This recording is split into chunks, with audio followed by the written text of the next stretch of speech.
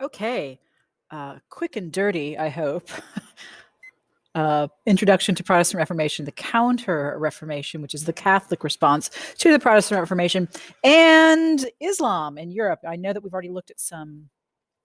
We saw the Islamic dynasties in Spain back during the medieval period, but now we're dealing with a different group, the Ottomans, who will go into basically take over much, what was left of the Byzantine Empire, which wasn't much, as well as spread throughout other parts in what we now identify as Eastern Europe. So let's get to it. So let's take a map, look at a map first, because I think that's important. So, of course, we need to be looking down first at Italy, because Rome is about right here, okay, more or less. And of course, that's the center of power in the Catholic Church, right? And then we have, well, it says Turkey over here, but of course, this is a contemporary map or contemporary-ish. Of course, this is where the Byzantine Empire would have, what was left of it would have been, where it would have been. But the center of the Catholic Church, right, as opposed to the Eastern Church, which is going to be Byzantine Empire, center of the Catholic Church is down here, way in the south of Europe. And then we have everything else. Okay. So that distance is going to make a difference, I think, in terms of how the Protestant Reformation develops and how it's able to take hold in mostly when we're talking about the northern part of Europe. So Protestant Reformation, we're talking about the 16th century, so i.e. the 1500s in Europe. Why does the Protestant Reformation take place? Well, there are a number of reasons. So one kind of the general thing that we could say is that there were claims about abuses in the church. The church was abusing its power through, number one, the selling of indulgences, which basically means that there was a monk going around selling indulgence that you buy a piece of paper and it takes off some time that you would have to spend in purgatory. Now, the church had been doing things like this for a long time. It's how a lot of those wonderful, beautiful cathedrals that we looked at earlier, or at least basilicas that we saw, got built. But in the 16th century, the selling of indulgences by a particular monk in Germany really set Martin Luther off. Also, there's this general corruption. The church, there was not the division between church and state that we have in our contemporary times. The church held an incredible amount of political power. And if we go back and look back at this map, incredible amount of political power being held primarily here. And then there's the rest of Europe, right? So you have people up in Germany wondering, why is this Pope, this person, kept dictating how we run our government politics, et cetera, all the way up in Germany. So that's a major reason why the Protestant Reformation was more successful further in Northern Europe than it was in Southern Europe. Proximity. Also, Martin Luther hit one of his main objections, and this is going to affect what we look at with respect to our art pieces from the Counter-Reformation. Another one of his main objections to the Catholic Church was there was too much worldliness, too many riches, too much what he would consider empty ritual and emphasis on superstition, too much art being produced that he did not feel was spiritual in nature. So there were a number of things that he wrote about in his 95 Theses, which he would, a thesis, plural is theses, right? Which he nailed to the church door in Wittenberg. Martin Luther was a priest, a Catholic priest, and obviously he made a movement into something else. The other major figure of the Protestant Reformation, which we don't really talk about, is John Calvin. But I just felt it would be bad if I didn't mention him. He develops a kind of a theology called Calvinism, which eventually gets developed into other Protestant faiths. But our main one that we're going to be looking at is Martin Luther. So why is Martin Luther so successful in the Protestant Reformation?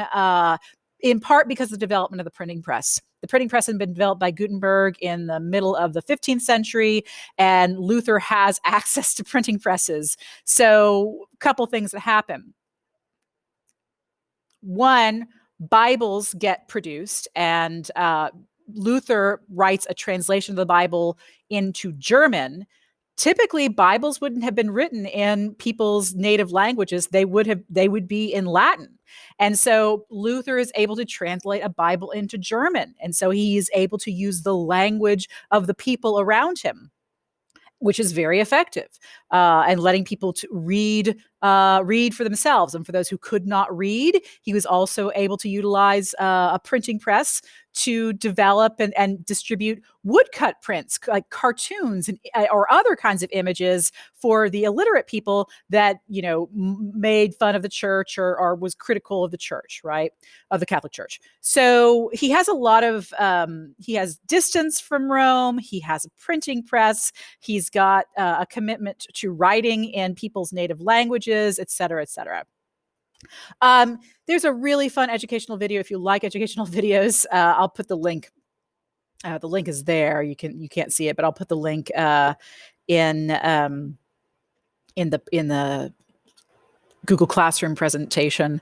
It's a lot of fun. If you really like old educational videos, this would be the one to watch. Okay, so an example of a woodcut print promoting Protestant ideas that we'll get to by Lucas Cranach the Elder, who actually worked for Martin Luther. We'll look at this one very soon. It's called The Allegory of Law and Grace. It is making fun of and being critical of the Catholic side, and suggesting that the Protestant side is where one can find life and goodness. It's also called Law and Not Gospel. Okay, so this causes a major crisis in the Catholic Church to have all of these different groups kind of objecting to how they have done things. And so the response of the Catholic Church was to have their own Reformation, right? It gets kind of labeled the Counter-Reformation. And in the Counter-Reformation, Pope Paul III, now remember, he's our Pope that commissioned Michelangelo to do the altar wall in the Sistine Chapel. Pope Paul III calls a council together. And it gets called the Council of Trent, a council together of church leaders to review what church practices were and what was working, right? What was okay to do. And over the next 18 years, the Council of Trent put forth a number of reforms to, I guess, address some of the objections that were being made by people who were sympathetic to what Martin Luther and maybe somewhat Calvin, but what the Protestants were saying about the church and what the church was doing wrong. So it did not obviously wipe out Catholic belief. It actually the Council of Trent actually really reaffirmed core ideas about Catholicism, primarily that salvation is gained through faith and works, whereas the Protestant belief is that salvation is through faith alone, sola fides, right? But the Catholic point of view is that it's not just faith, but it's also good works. It's not just what you believe, but it's also what you do. And so reaffirming the legitimacy of the seven sacraments. If you don't know what those are, it's really not important. Just know that this is about reaffirming basic Catholic belief. But finally, the idea that, guess what? What the Pope says, what the Church says is final. What we say goes, and the interpretation is up to us. And if you interpret the Bible differently than how we say you should interpret it, you are a heretic. This, of course, leads to like Spanish Inquisition and stuff like that. So reaffirming the church's authority, because remember, up in Northern Europe, you have people who are reading their own copies of the Bible and reading the writings of Luther, or other Protestant thinkers who interpret Christianity, interpret the Bible differently, right? So they're reaffirming their power. With respect to our class, with respect to art, though, this is art history class, right? What the church did in the Council of Trent was they actually made more guidelines about the kind of art that was produced for churches. There were more restrictions placed on churches, on the kinds of arts, on the kinds of topics, on the kinds of figures, on the way different holy figures were portrayed, et cetera, et cetera. So among the guidelines that people now had to follow when they were creating art for commission art for churches, get rid of the nudity, right? So that's why we had the covering up of so many nude figures, not all of them, obviously, but so many nude figures on the altar wall in the Last Judgment fresco in the Sistine Chapel. Also reducing elements to references to pagan figures. Remember all those references to pagan figures, especially on that Sistine Chapel. The church says, hey, quit that, right? Because it makes us open to criticism, essentially. And there was a lot of artwork that was destroyed. Not as much artwork as it was destroyed up in Northern Europe, where Protestantism has taken hold. Up in Northern Europe, you had basically, statues demolished, all your stained glass in your Gothic cathedrals smashed out, which is why if you go into like northern Germany, you'll see Gothic style churches, but you won't see any much stained glass left because it all got knocked out. So just a few images of, so let me rewind a little second. So the church's response to Luther's objection that, well, the Catholic Church does too much ritual, too much art, too much emphasis on stuff. The Catholic Church's response was, oh, you don't like art? Fine. We're going to create even more art. Now, yes, with more restrictions, but even more art. So there's an incredible increase of church commissions at this time during the Counter-Reformation, because what the church decided to do was they were going to fight not fire with fire, but fire with water. They were going to do the opposite of what the Protestants were promoting. And they said, listen, what we have and what they don't have is we have ritual, we have pomp, we have circumstance, and we've got beauty, and we are going to amp that up because that's what's going to draw people to the truth of the church. Is we give them things that are beautiful and appealing, whereas the Protestant point of view was something very different. Was more along lines of more simple, straightforward faith, right? That's how you draw people in, is by offering them kind of simple, straightforward approaches to worship. Simpler approaches to worship. Okay, so some images from Counter-Reformation churches. This is actually the home church of the Jesuits.